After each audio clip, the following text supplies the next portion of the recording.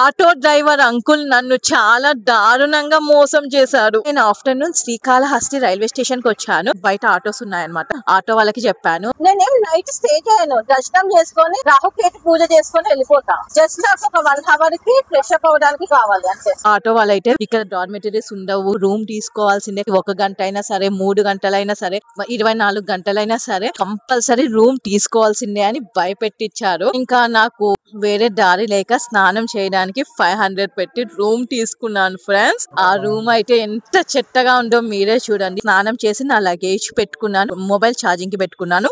Night అయితే stay చేయట్లేదు శ్రీకాళహస్తిలో. మీరు కనుక నైట్ శ్రీకాళహస్తిలో స్టే చేయకపోతే రూమ్ తీసుకోకండి. Railway station or bus stand నుంచి డైరెక్ట్ గా గేట్ నెంబర్ 4 కి రండి, దక్షిణ గోపురం కి. అక్కడ మీకు దేవస్థానానికి సంబంధించిన డార్మెటరీస్ ఉన్నాయి, బాత్రూమ్స్, టాయిలెట్స్ ఉన్నాయి, ఫ్రీ ఆఫ్ కాస్ట్ అన్నమాట. హ్యాపీగా మీరు స్నానం చేసుకొని డ్రెస్ చేంజ్ చేసుకొని మీ లగేజ్ అక్కడే లగేజ్ కౌంటర్ లో పెట్టేసుకొని దర్శనానికి వెళ్ళిపోవచ్చు. నేను చాలా పెద్ద తప్పు చేశాను, 500 వేస్ట్ చేసుకున్నాను. మీరు శ్రీకాళహస్తి వస్తే మాత్రం 1 రూపీ ఖర్చు లేకుండా అన్ని దర్శనం చేసుకొని వెళ్ళిపోవచ్చు. ఈవెన్ గేట్ నెంబర్ 4 లో నిత్య అన్నదాన సత్రం ఉంటుంది, ఫుడ్ కూడా ఫ్రీనే. ఇంత మంచి ఇన్ఫర్మేషన్ ఇచ్చా కదా, ప్లీజ్ ఫాలో రేవతి ఎక్స్ప్లోర్.